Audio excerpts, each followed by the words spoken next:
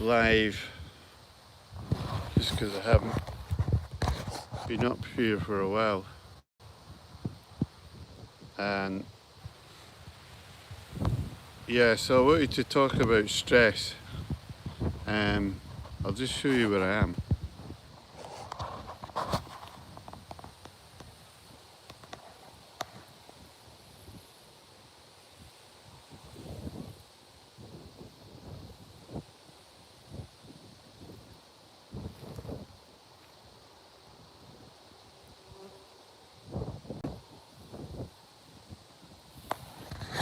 There's the gulls there flying below. I can't see the screen very well for the sunlight. I hope you can hear me alright. So yeah, I just wanted to mention this process I've been going through. So I haven't been up on the hill for a while, and then I just came up the hill today, and absolutely amazing feeling. But one of the things I noticed was I've been really stressed. I suppose most of it's kind of like it's a kind of financial connected stress. So it's like you're running on the hamster wheel the whole time, and it's all this kind of tension in this area here in your body, kind of forward looking, trying to deal with the physical and do it as quickly as you can. You're not really living in the moment or enjoying the process. And one of the things I notice is this backspace here gets totally forgotten about, and it's good just to be able to relax into it. And one of the ways to do that is just connected to the wisdom of standing stones, because basically if you look at them, there's some really good ones I've been working with recently. They're by Newbridge, just off the Newbridge roundabout, and it's a really busy, hectic spot, and it's so interesting. There's actually 4 stones. One of them's a bit broken. There's 3 by the burial chamber. There's a burial mound there as well, and there's one right over the other side of the roundabouts in, believe it or not, a car sales room, just outside a car sales room. These stones are amazing for a couple of reasons, but if we just start with the basics, which is uprightness in the landscape. And quite often you notice that we get kind of so stressed, or there's so much going on because we're so into the next distraction, and you forget the value of relaxing into your backspace. And one of the best ways to do that is actually through the Alexander technique. It's just to like allow your body to relax into that uprightness. And it's actually a great meditation because it brings the meditation into like an act or a deed. And if you think about the sacredness of man upright on the landscape, and the value of that, like each one of us is individual, that individual uprightness on the landscape, it's such a great living meditation to do. There's so much depth to it. And the other thing that it does is you can just forget about everything else. As long as you're being upright on the landscape, you've been a success. As long as you've been upright, I'll repeat that, on the landscape, you're a success in our current conditions of life. That's the way I see it anyway. And the rest of it, trying and all that, pushing, stretching yourself, that's great as well. I'm not denying that, but I'm just saying that if you're suffering from stress, that's a great thought to have. It's just to relax and be upright on the landscape. I'll just show you where I am again, because a few people have joined. I can't see your messages because of the light on the phone screen. I'll just show you where I am so you can appreciate it.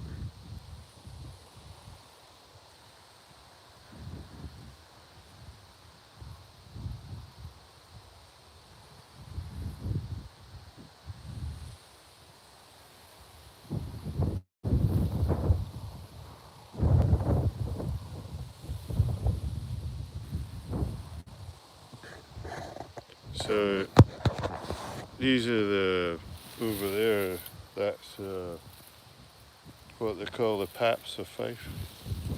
The Paps of Fife. And down there, that's Loch Leven. There's actually an ancient little monastery on that island. Yeah. That's the kind of thing, like on that island. Actually, there's more than that. On that island is a monastery, but over there, directly, just on that wee hillock, there's 2 standing stones. And they're amazing. But it's just that, remember that, that's important. So, this is my stress wisdom, is remember it, as long as you've been upright on the landscape, you're okay. Even if you can't make it upright, if you have hold the thought of upright in the landscape, and just celebrate your individuality. You see these gulls when they do that? It's amazing.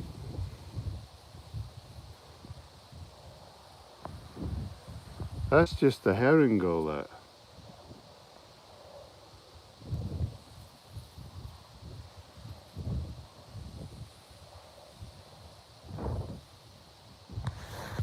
So I just want to share this thought with you, right? One other thought about these herring gulls that I had when I was up here. This is fantastic.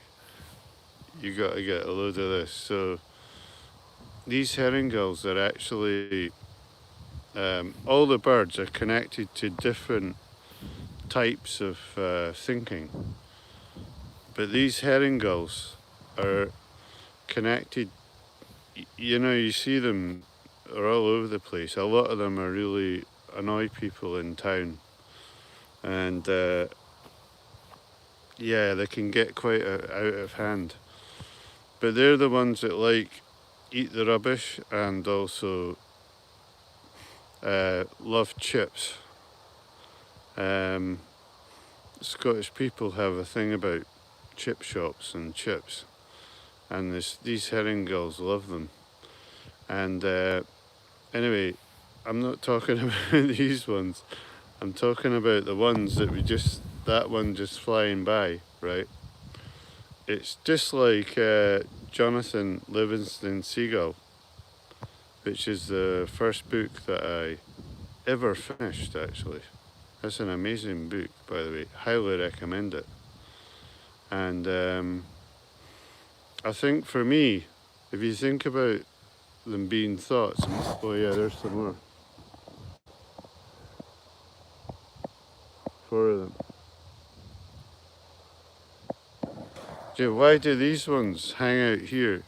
And it's like when you watch them, you can see them enjoying their flight. And it's like we can choose different types of thinking. Like we can have the sort of thinking that eats rubbish and chips or whatever out the garbage. Or we can choose our thoughts and soar, allow our thoughts to help us soar in the updraft like these gulls are doing here. These purified gulls. Yeah, so anyway, I need to go because my phone battery's running down as usual. So remember that thing in relationship to feeling down is backspace. Allow yourself to feel into your backspace like your angel wings and be upright on the landscape, and that is success. Anyway, it'd be good to hear where you guys are from, which part of the world you're from. If you could comment in the comments, and remember to like and subscribe to the channel, and I'll see you in the next one. If you're ever in Scotland, look me up and come and do one of my plant studies or landscape studies. Yeah, I'm actually going over to Hungary to do one next week. So anyway, that's my wee thing come up with the battery, so I'll see you in the next one. Thanks for joining me. Bye just now.